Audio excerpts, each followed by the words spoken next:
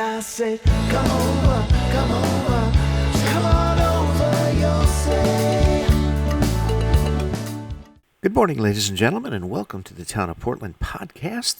I'm Dave Kosminski, your host. We're here in the Town Tech Educational Partnership studio at Portland High School, and this is going to be our episode number 39. And with us in the studio, as usual, is our first selectwoman, Miss Susan Bransfield, and we have a newcomer that's come to join us actually in the studio, our economic development planner, and Miss Mary Dickerson. Hi, Mary. Hello, Dave. How are you? I am good, thank you. And also one of our frequent flyers on the telephone, okay, is our Director of Health from the Chatham Health District, Mr. Russ Melmid. So, Russ, thanks for joining us again.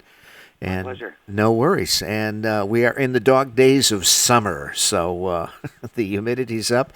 Thank goodness we don't have a rainfall deficit. My God, I think we're looking at the stats this morning. I think we're 4.7 inches above normal, so which is a good thing. Maybe we can ship that water out west somehow, or whatever, where they need it, whatever. So anyway, hi, Mrs. B. How are you? Good to be here in the nice days of summer. Yes, it is. Yes, it is. So tell us what's happening in the thriving metropolis of Portland. Well, I hope everybody's having a good, safe, and enjoyable summer. And look forward to hearing from Mary and also from Russ. There's some other great things going on in town, many great things, I should say. And a few things that the selectmen will be working on next week. We're going to have a meeting on the 21st. We're going to be working on a couple of items that are under the Sustainable CT mantle, which means we're trying to do some environmentally good things for our town, as well as just sort of good progress and good practice. One of the things that we're going to be talking about, Dave, is the continuance and propagation of pollinator pathways. Mm-hmm. Within our town, we already have some attention to this. Our Portland Garden Club keeps this in mind when they do some of the plantings throughout the town.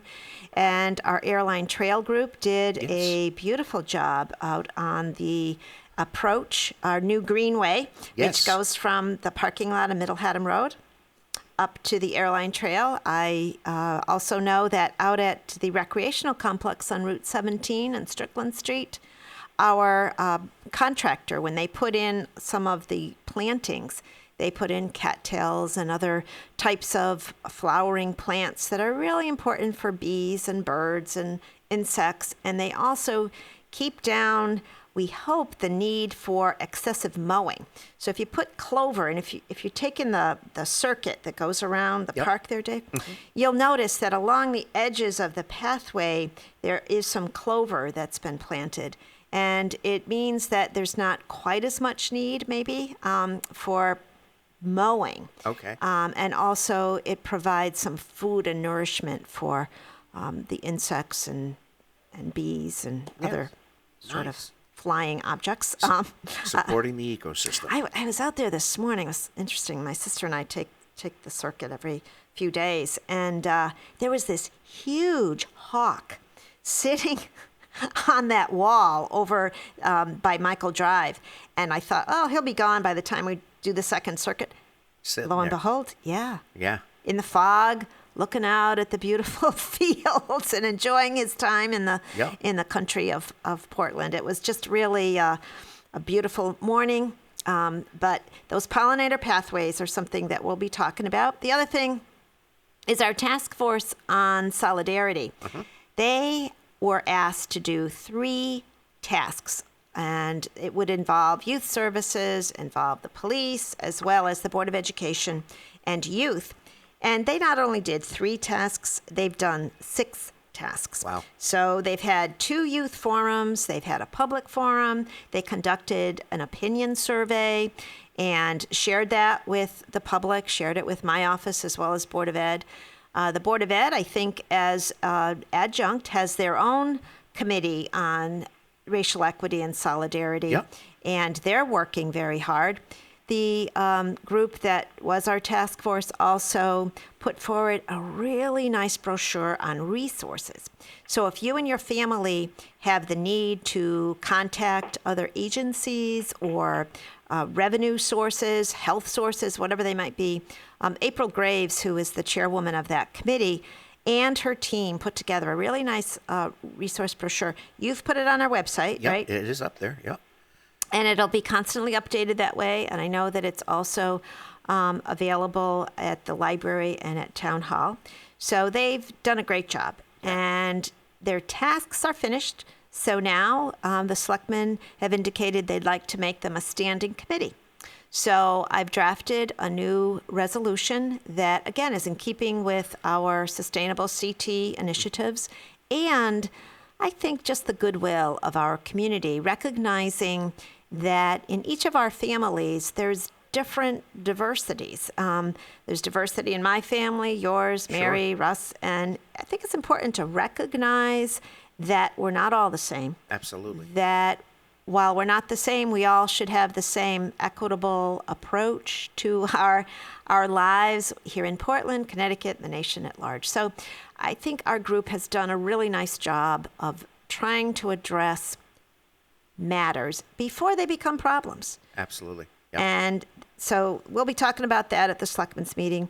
The other great thing that we had happen over the last couple of weeks is we're zooming in on getting our bid out for the cleanup on Brownstone Avenue, which is 222, 230, and 248 Brownstone Ave. And we are meeting with Ty and Bond. We've met with our Department of Economic and Community Development, who's funding us the $750,000 for cleanup. As you know, those above-ground storage tanks are gone. Once Brownstone Exploration and Discovery Park closes for the season on or about Labor Day weekend, we will hopefully have had the bid out, selected a contractor. They'll start the cleanup on 222, 230, and then spend a lot of time on 248, which is where those above ground tanks, storage. right. Yeah, that's the one that really needs the most attention in terms of soil removal and so forth. So I was pleased that DECD has turned around an amendment that we needed to the contract with Ty and Bond, and they're also going to be paying special attention to the bid specs as they come in so that we can get that moving.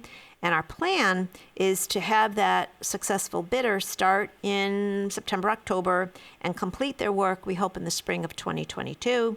And then, and I think Mary may talk a little bit about this in the podcast today, how we can come together as a community and determine how we move forward with the redevelopment of that property and bring back economic thriving initiatives there.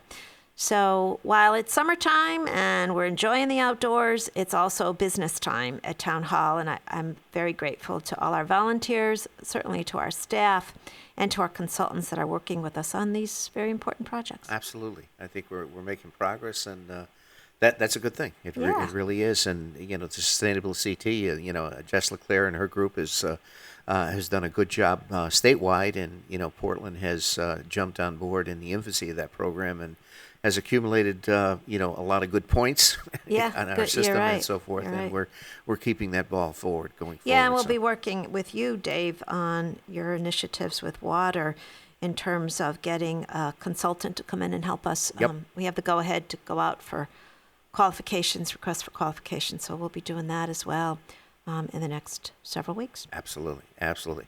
Well, I think before we go to, Mary's here too. I think.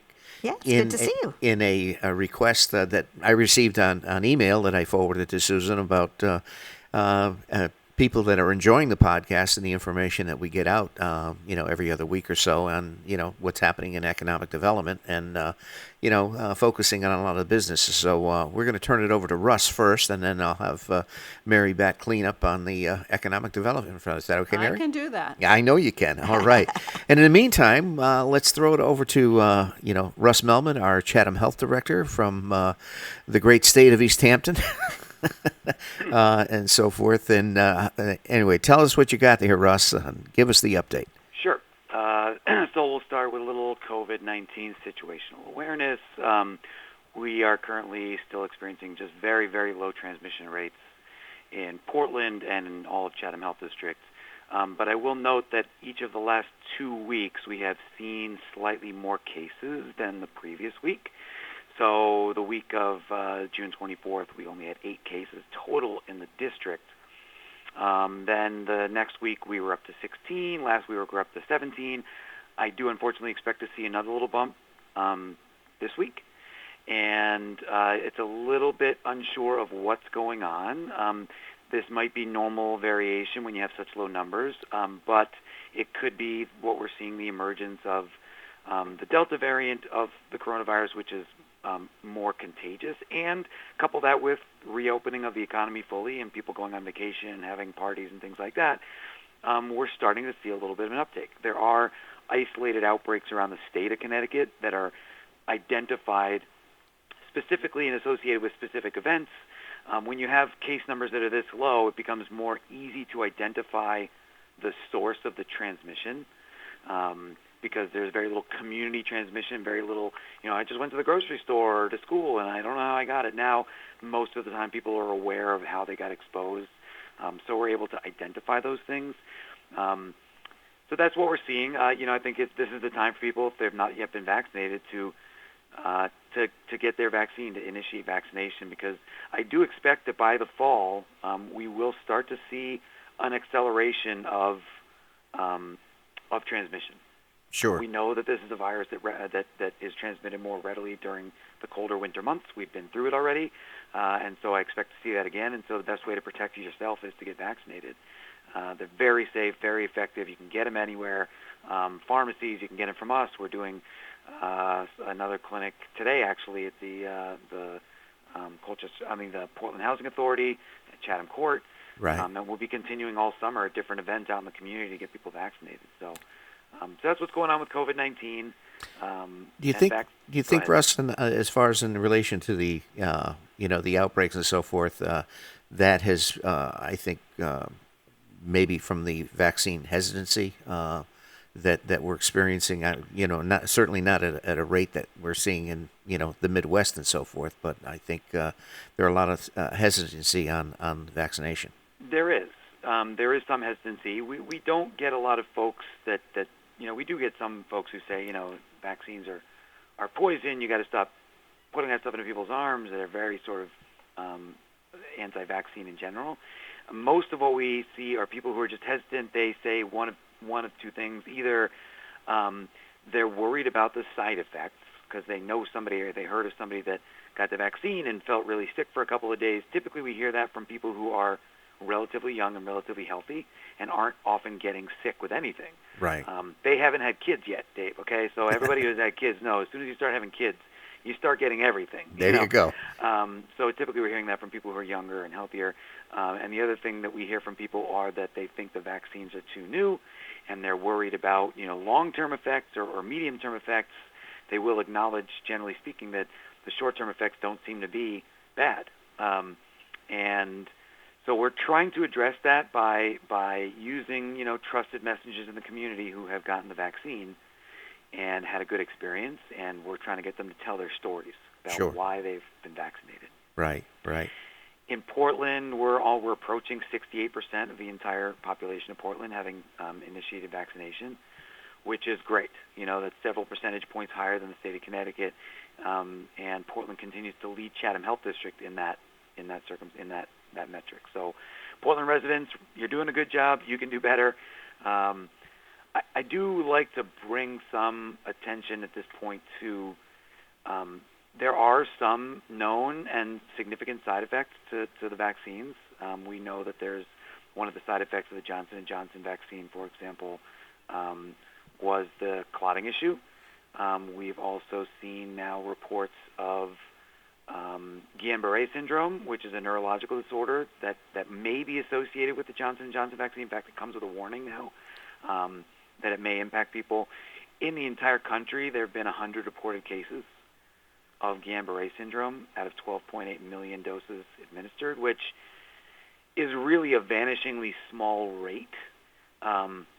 I'll put it in context for folks. Hopefully it's something that they'll understand a little bit. In the state of Connecticut, so that works out to a rate of about 0.8 people per 100,000. In public health, we use this rate per 100,000 people often so that we can compare populations of different size. So, 0.8 per 100,000 people in the country may have gotten Guillain-Barré syndrome from this Johnson & Johnson vaccine. In Connecticut, that compares to the number of the rate of people who die from drowning every year. Right. So you're as likely to get Guillain-Barré syndrome perhaps from the vaccine as you are to drown in Connecticut. And I don't know many people who avoid going near water because they're afraid of drowning. So, that just to put it in perspective, it is a vanishingly small number of folks who experience that, who may experience it. It's not been confirmed that it is from the vaccine, but it's suspected. Right. You're more likely to get really sick and get hospitalized and die from COVID-19, far greater than Right. you are from to get any of these other sort of more serious side effects. Sure. So time to get vaccinated if you haven't yet. There you go. Now, as far as the, obviously we're maybe a month out from, again, kids embarking back in the school system. And, I think the general consensus is, and I know Dr. Britton's going to be coming on, I think, next week because he wanted to wait for the state guidance on mask wearing and so forth. But he's, more than likely, he says that we're going to be wearing masks again. And, I don't know. What's your sense? So, we don't have the state guidance yet. We don't have the guidance from the State Department of Public Health or the State Department of Education, but they're taking their lead from the CDC. And what the CDC just released earlier this week was their guidance on K-12 school reopening. And what they've said is, for people who aren't fully vaccinated, mask wearing is strongly recommended. What they did put in there are some qualifiers. So they include mask wearing among a whole host of mitigation strategies, like social distancing, like increasing ventilation, air exchange rates, cleaning and disinfection, things like that. So they've essentially said mask wearing is very important, but it is part of a host of mitigation strategies you may implement. I do expect to see recommendations for mask wearing. They may be based on transmission rates in the town. They may be based on vaccination rates in the town. They may go along with other mitigation strategies that schools implement. So, for example, schools could choose to do what they call outbreak detection or screening testing of the student body. And that would involve testing a percentage of everybody who goes to the school who's unvaccinated. For COVID-19 every week, maybe 25%. What they did in colleges and universities last year was test about 25% of the student body every week for COVID-19. That's one strategy that the state is pushing very hard. And if you implement a number of strategies like, testing, like social distancing, HVAC, disinfection, you're still doing everything you should, like contact tracing and things like that, it may be that mask wearing becomes less critical. Right. But I do expect there to be a pretty firm recommendation with very few exceptions for mask wearing for people who are unvaccinated. Sure. So I would expect to see it in elementary schools. Yep. That's what I expect. And, we'll see. Again, we're still waiting on that document to come up from DPH. Nice. I don't expect the governor to issue a mask mandate. I do expect that mandate to expire on the 20th of July. Right, and I think governor could surprise us. Right, but that's another thing that's in the legislature now, where they're extending the governor's emergency powers. Yes, so I think the governor. I think it actually passed both chambers. Yeah, it was in the paper this morning, Russ, that he has the authority. He has the authority, and do I expect the governor to re-up the mask mandate on July 20th? I don't. But if we continue to see increasing numbers, and especially if we start to see a surge in the fall, I would expect a mandate to come back. Just another reason for people to get vaccinated. We are doing a great job in Connecticut. If you look at the surges happening in other parts of the country, it's starting to look like it did during the winter in some of those places. And that's the Delta variant. I mean, that's just what we're dealing with. When you take the masks off and you've got a more infectious strain of the virus circulating, you're going to see transmission, especially when vaccination rates are low. Now, our vaccination rates here are about twice as high as they are in some of those places. Mississippi, Missouri, Oklahoma, Tennessee. Tennessee. Our vaccination rates are twice as high, in some cases more than twice as high as it is in those places. That's why you're seeing the bump we're seeing is very small. But in the fall and the winter, when the air gets dry and it gets cold and people get indoors, we're going to see a surge, and that surge is going to be directly proportional to the rate of vaccination. Yep. Well, that's good. I think as long as we keep encouraging people to get vaccinated and try to get that message out, and hopefully people in other parts of the country will take heed. I hope so. Sometimes it's, I hate to say this, but sometimes it takes, a minor tragedy to befall a family before they sort of wake up. Yeah. And, I don't want anybody to die unnecessarily COVID-19. I don't want anybody to unnecessarily end up in the hospital with COVID-19. Right. I don't want that to be the trigger for people to decide, oh, now I know somebody who's been dramatically affected, I'm going to get the vaccine. Right. I think, unfortunately, sometimes that's what happens, and I just don't. I also don't like to say you should get vaccinated because you don't want to have to quarantine, because that's not a health message. Right. That's a I don't want this to disrupt my life message. Sure. The message really needs to be the vaccines are safe and effective. That's what I keep telling people. They're safe, effective. COVID-19 is a deadly disease. You can prevent it with something that is safe and effective. Why not? Absolutely. All right. Well, thanks for the COVID update. Anything else on the health front? I know that we've had more than enough rainfall. I think people's wells should be in much better shape now. I sure hope so. Yeah, we've had enough rainfall, but we're now entering perhaps another heat wave this week. We had one, a week ago. It was pretty brutal. We did see some heat-related illness in the state of Connecticut and some fatalities. It's completely unnecessary. If it gets too hot, if the heat index approaches 100, if you have the option to stay indoors in an air-conditioned environment, especially if you are an older adult or a very young child who are more susceptible to heat-related illness, please do so. Heat can be deadly. Most of what we saw a rash of fatalities out west where the heat approached over 120 degrees in some parts of the country. Sure. I don't expect to see that here, but when the heat combines with the humidity, we could see heat indices over 100. Mm-hmm. Cool off. It can be very serious, and it can sneak up on you. Yeah. Hydrate. Yeah, hydrate. Take breaks indoors. Take breaks in the shade. It's okay to be outside, especially if you're not exerting yourself. People want to go out and sit by a lake, sit by the beach, sit outside on their deck. That's okay. It's when you combine the heat with physical exertion that it can become dangerous. So, for those folks who love to, get out and play tennis when it's a sunny day, especially if you're an older adult, I'd think twice before I get out there and play tennis on a sunny day, like on a hot day.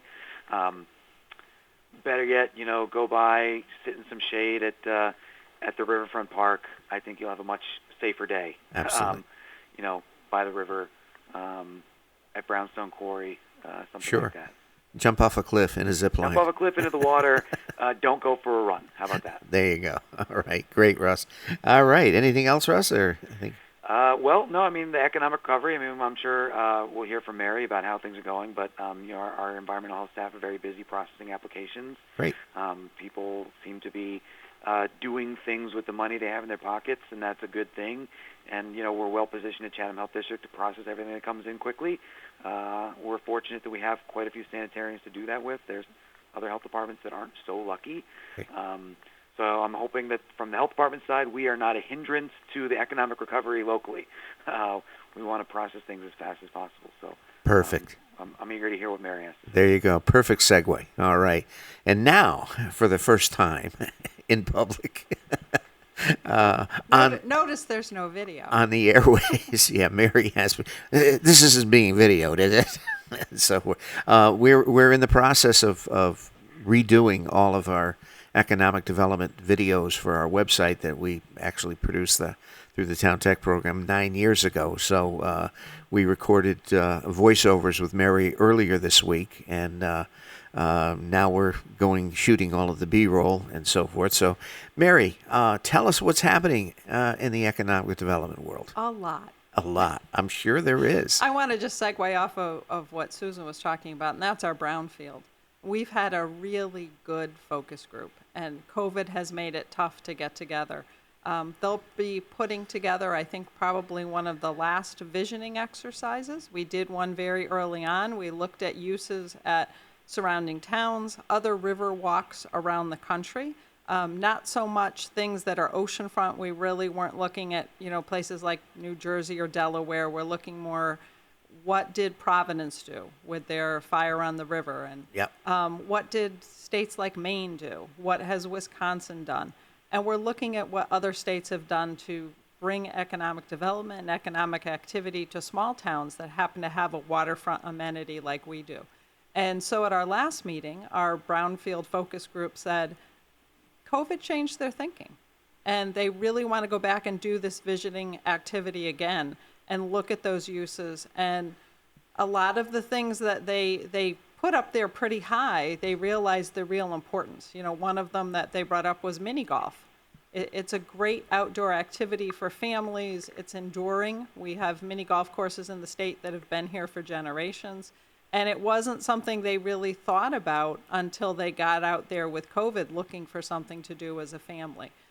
So we're going to do another visioning activity. We're going to look at possible uses, and then we're going to hire our firm to come in and do this remediation and just move forward. Sure. We have a lot of other projects going on. So Elmcrest is getting off the ground. They came in for foundation permits for Building E, which is one of the 2 residential buildings. It will be right along Marlborough Street. They've requested their bond amount, which is something a developer will do right before they begin construction. And so that bond is an amount of money they pay to the town of Portland that's held in escrow. When they finish all of the requirements of the development, that money's returned to them. But should something happen and they not finish an element, then the town has the money to finish it. So that in itself is a key that they're ready to get going. Village District is popping. For the first time, we have every unit in the Village District leased. The one exception is the gas station next to 188 Main, and we're working on that. 2 new restaurants that will be opening soon. So Primavera Pizza at 220 Main and Portland Ale House at 188 Main. And people are very excited. They've been watching the sort of transformation of 188 Main Street to become the Portland Ale House. And I Yeah. know people have commented they like driving by at night because Paul Olson, who's the owner, he's a night owl and he's a late worker. He and his family are really putting some elbow grease into this. And so when they go by at night, they kind of get a look at the lighting and they get a look at the seating. And so people really can't wait to get in there and see the menu. We have a new retail store that's going to be opening where Board Narrows used to be, and it's going to be called Owen's Emporium. They expect to open in September. There are going to be some consignment furniture and also some new gift items. They're planning an old-fashioned candy counter and some Portland logoed items. So there's a lot of requests from people that come and visit our Discovery Park, our wineries, our airline trail, our golf courses, and they're saying, well, where do I get a T-shirt? Where do I get something that, memorialize their visit here, something that says Portland, that's a connection to the community. So Owen's Emporium is going to offer that. And being so close to Savvy Swap, I think it's a great little corner of our village district to have 2 really good retail stores together. So we're excited about that.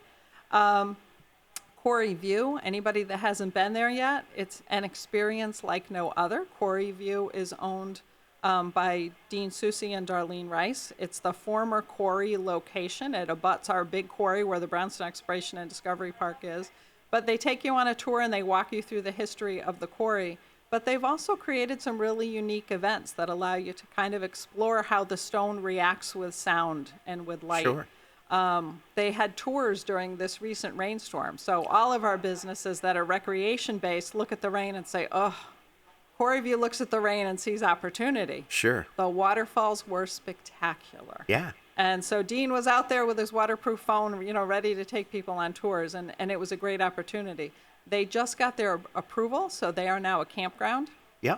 They can have up to 48 campsites at a time, so they're really hoping not only for people that want to experience what the quarry feels like at night and just being so close to the river, people that are coming for the Brownstone Exploration and Discovery Park can now, stay over Right. and have dinner at our restaurants and go and visit our riverfront park. We have a summer concert series that kicks off next week. Next week, yeah. And so you'll be able to camp at Quarry View and you'll be able to hear the music and sleep under the stars and see the quarry. But it's exciting for other things, so things we don't think about. You know, our Boy Scouts and Girl Scout troops still like to do campouts, but this gives them the opportunity to be away, but to still be downtown. So Yeah. these kids get a unique opportunity to experience history and work on their camping badge at the same time. Sure. So that was something that's been in our, not only our plan of conservation and development, but in our zoning regs for a couple of decades. Nice. And so when you talk about planning long-term, getting a campground somewhere there that allows people to really be part of nature and part of the outdoors was Sure. important. Yeah, and I know they've done drum circles there. They've done Drum circles. poetry readings. Yep, And they've got yoga. Yeah. So, but the other thing is they're very accommodating. You know, a lot of our older folks in town remember the quarries. They operated through the 1930s, and so we've got some older folks that want to go back and see them, and Dean will do car tours. yeah, So you can he'll drive you through in a car, and he'll show you the stone and show you the artifacts they found. There's dinosaur footprints. There's tools that were left behind. So it really it's an experience. and Darlene has got quite adept at stone carving. Yeah. Darlene does beautiful. She's Very she's an nice. artist, and she does beautiful work.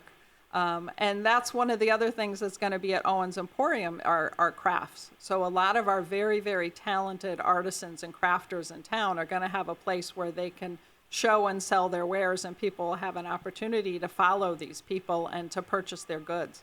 So that was exciting. There's two other projects I want to talk about, and that is, one is Family Dollar and the other is Dairy Queen. So there was some confusion. Family Dollar isn't going anywhere. There was some confusion with the sign on the door that they were closed. They're renovating. There used to be a dance school behind them. They're taking over that space, so they're actually getting bigger. Our building inspector was out there this morning for some pretty close to final inspection, so they're getting ready to reopen. It's going to be a bigger, better, brighter store for town, and that's a good thing. Dairy Queen is working as hard as they can.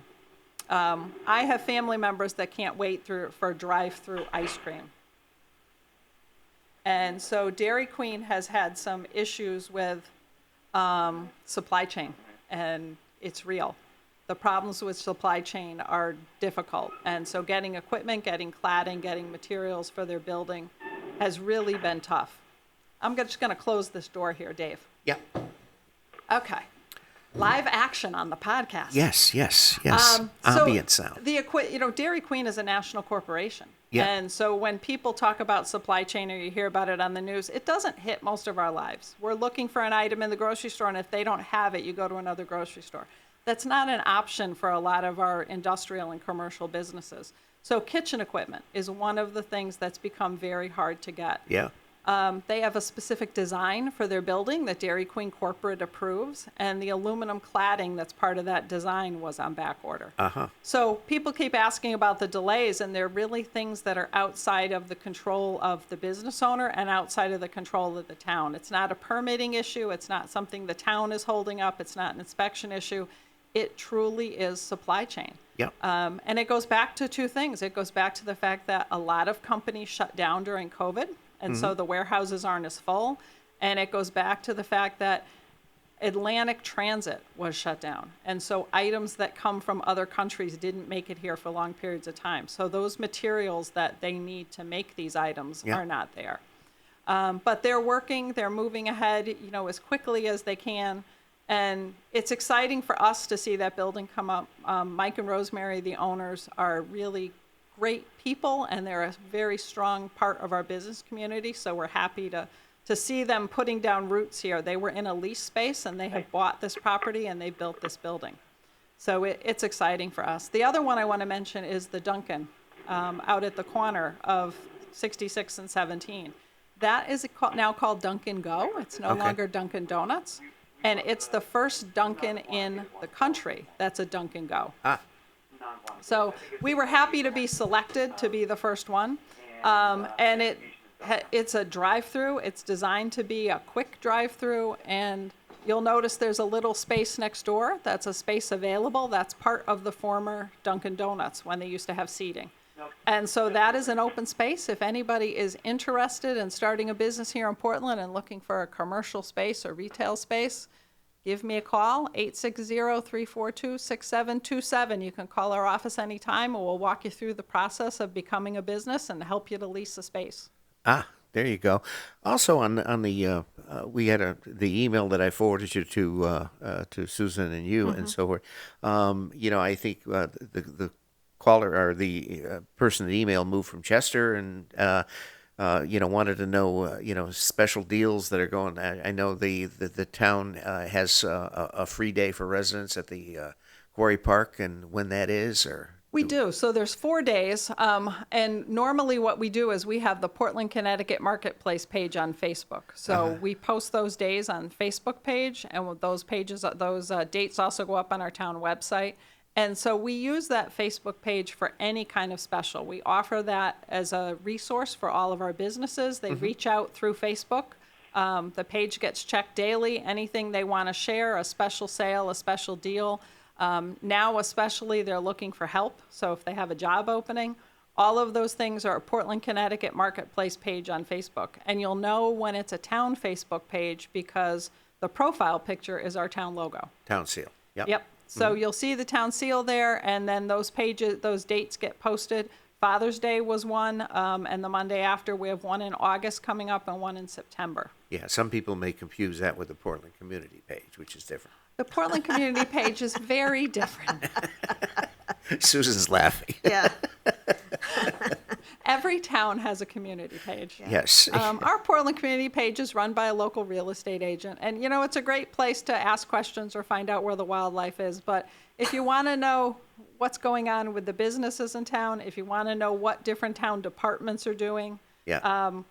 Things that get closed, Park and Rec has to cancel events because of weather, we make sure that we post those. Sure, yeah. And we are just a business page. We're before they created Facebook Marketplace, we created our page. There you go. So I think we've been up there 10 or 11 years now. Wow. You've been on the cutting edge. And we do Ahead a of the lot. curve. We do a lot with it. We go out, especially at Christmas time, we go out into businesses and we take photos of what's available and just really remind people that you don't have to cross the bridge, you don't need to go to the mall, and you don't have to pull up Amazon on your phone. Sure. Absolutely. We've got some local Right. businesses here that are ready to help and provide you with good products and good services. And people are always surprised that the prices are usually better.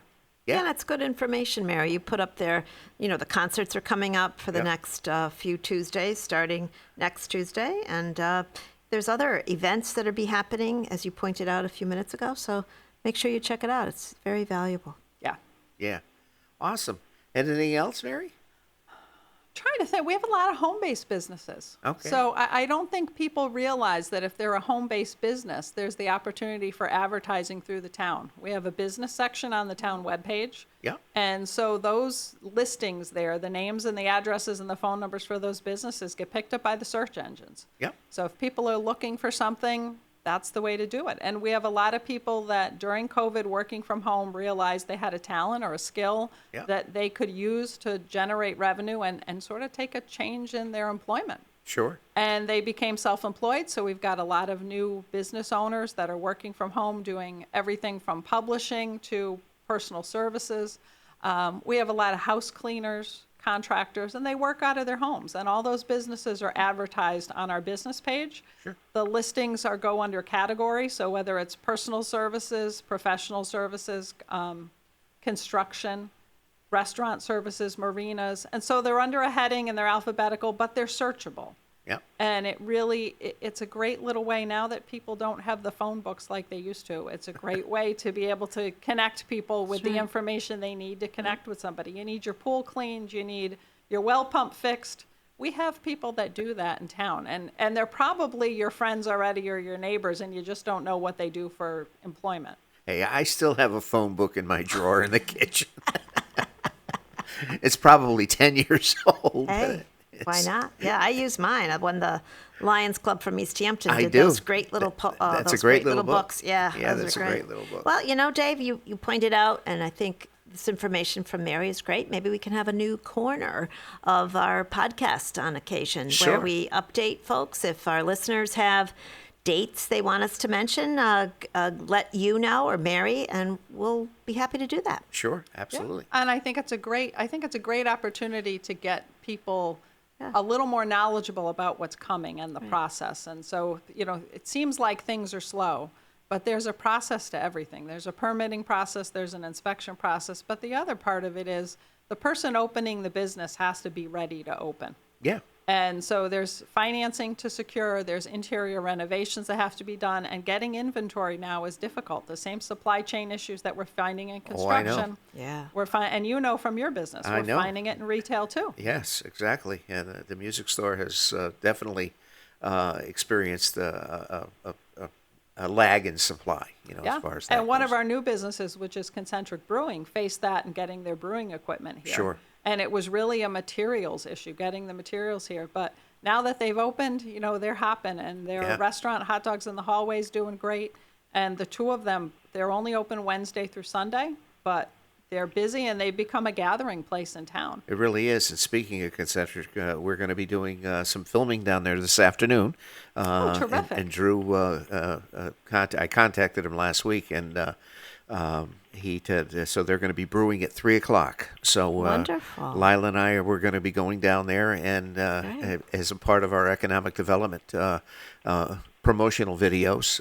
Tomorrow, I'm going to be filming with Wayne Carini of Chasing Classic Cars and F40 to update his.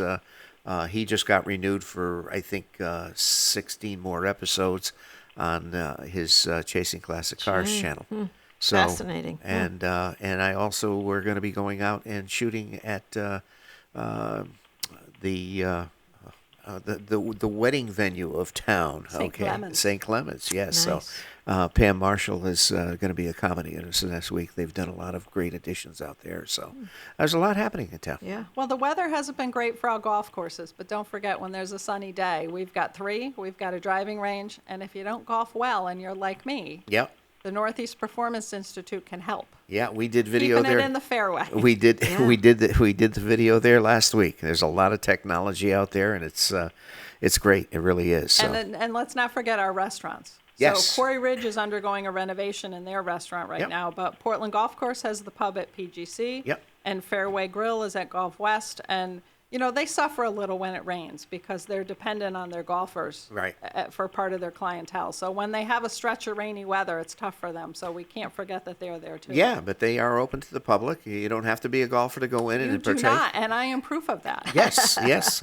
I was at PGC this past weekend, and they installed that new patio. It's awesome. Yeah, they did a nice job on and that. they really did a nice job, and the food is great. Yeah. And it's simple, but it's great. Yep. So which is a good thing. So, all right, guys. Well, fantastic. I think that pretty much wraps it up here. This is our episode number 39 of the Town of Portland podcast, and our guest today, obviously, is our frequent flyer, Russ Melman from the Chatham Health District. Thank you, Russ. I appreciate it. No problem. Happy to be on. And our newcomer, who is saying that we're not going to film this, are we? So I just asked no video. Yeah, That's I know. all I wanted. you know, And I have to throw this out there before we close. When the new videos come out, I did not pick that shirt to wear. It just happened to be what I wore to work the day they filmed me. you looked great. You looked fantastic. My gosh. Yeah, she says, "Oh my gosh." So, It piques our interest. We'll be watching that video. Seinfeld, it was Absolutely. ugly shirt day. Absolutely. So anyway, we got a lot more to come. So anyway, that does it for us here at the Town of Portland podcast. And again, you can get our podcast wherever you get your podcasts, our Spotify, iTunes, YouTube. It's all there. We're also going to be post-processing for the Channel 15 public access channel for Comcast, so you can get all your information right there. So on behalf of all of us here at the Town of Portland, thank you, Susan, thank you, Mary, thank you, Russ, and we'll catch you next time. So get outside, enjoy the weather, and if you haven't got vaccinated, please get vaccinated. Thanks so much. Thank you for joining us today. I'm your host, Dave Kosminski. Please tune in every week for new and relevant conversations about the Town of Portland. You can find us at portlandct.org or at YouTube/Town of Portland, and now wherever you listen to your podcasts. If you've enjoyed our podcast, please consider subscribing and sharing with friends. This podcast was produced by the Town Tech Educational Partnership Program, which is a partnership between Portland High School and the Portland Town Hall. If you're looking to start a podcast for your business or organization, check out towntech.org/podcast to learn more.